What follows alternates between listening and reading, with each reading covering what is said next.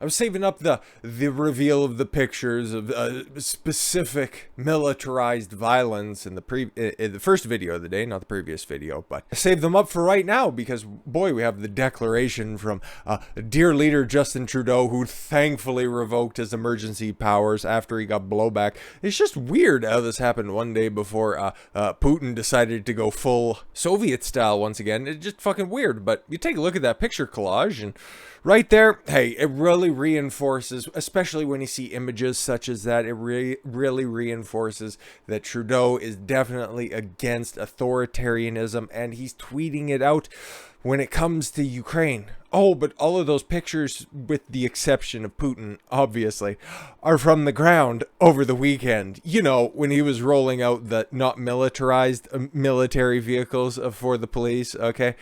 Having the officers in the green jumpsuits with their name and their badge number blacked out, with their batons, and they're beating people and kneeing people, pushing them forward, running them over with cavalry units. You know, he is 100% the author, in opposition to authoritarianism worldwide. Just domestically, it's kind of a touch and go situation, wouldn't you agree? Prime Minister Shitdick, flush with new emergency powers that enabled him to crush political dissent without due process, promised on Tuesday, just before he gave up said powers, promised that Canada would stand up against imported Russian authoritarianism in Ukraine. And he was also a part, just like Biden, he was going to be sanctioning Russia. Whatever fucking good and whatever business interests they have here, whatever. Russia's flagrant disregard for the independence of a sovereign nation is a serious threat to security and stability in the region and around the world. Canada and our allies will defend democracy. We are taking these actions today to stand against authoritarianism. Trudeau's choice of words prompted a good deal of derision from observers who thought him either dishonest or incredibly obtuse for denouncing authoritarianism immediately after imposing it on Canada. Other critics pointed out that the Ukrainian government has not exactly a clean and pure of authoritarian tendencies. Yep. Trudeau's government used brutal force to break up the Freedom Convoy protests in Ottawa over the weekend, seriously injuring an elderly woman, initially denying that it had done so. Yeah, saying that, oh, she threw a walker at that horse and then we had to run her over because of it. It's like, no, there was no walker being thrown anyways. And again, optics on that one. A lady was using her walker to instigate a fight with police, and then they had to swiftly, with proportionality, take her down and trample her? Oh, okay, cool. Even after the protest was broken up, Trudeau insisted on claiming emergency powers that would allow his government to freeze bank accounts of convoy supporters organized at the protests were arrested and denied bail. First round of Canadian sanctions included a ban on financial dealings with entities in Luhansk and Donetsk, the two independent republics unilaterally created by Russian leader Vladimir Putin on Monday. They also unilaterally created their own independence on that one because they're operated by pro-Russian separatists from Ukraine. But whatever. Okay, we'll just gloss over that fact. Trudeau said Canada would sanction any Russian lawmakers who would follow Putin's lead by recognizing the territories created by Putin. Cool. Yeah, he stepped up all of that shit. And of course, now that's his big cause du jour because, oh, you guys know, I'm not enforcing any of those damn darn emergency powers until, of course, we can all go to war in the next month or so. But we'll save that for the time being. We got some more domestic authoritarianism to take care of. Proposed Canadian law would penalize intent to commit online hate speech. Hate speech. Whatever that means domestically. I live here. I don't even know what the fuck hate speech is supposed to be. It's a garbage doctrine that shifts whatever day it is. And this is just a more aggressive recitation of Bill C-19, whatever it was at the end of last year that thankfully got struck down in the Senate, but he's trying it once again, and he has the rubber stamp from the NDP, so he's allowed to just make this happen. Legislation making it its way through Canadian Parliament would allow citizens to be taken to court and penalized if they are suspected of simply intending to post hate speech online. Not actually, okay? Not actually doing a hate speech, whatever that means, but just if you think about it, okay?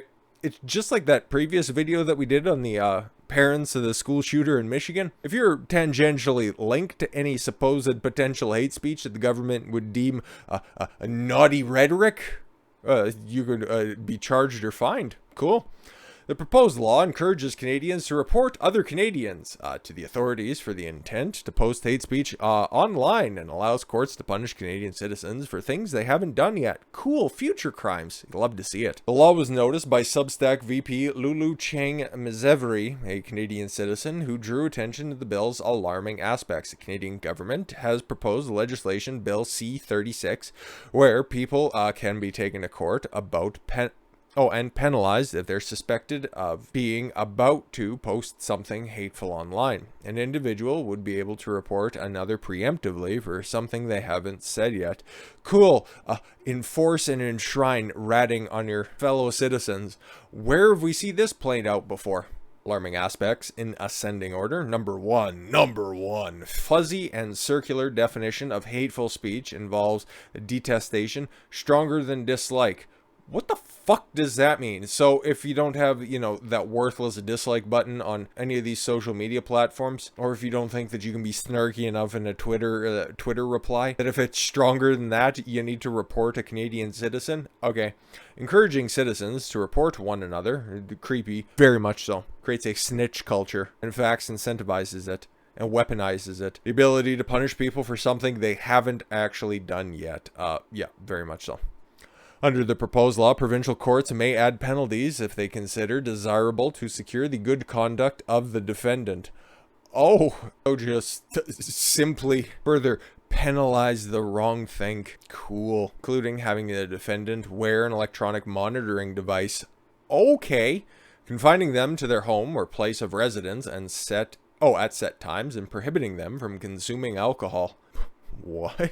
If a Canadian citizen fears on a reasonable grounds that another person will commit hate speech online, or an offense motivated by bias, prejudice, or hate based on race, national or ethnic origin, language, color, religion, sex, age, mental or physical disability, sexual orientation, gender identity or expression, or any similar factor.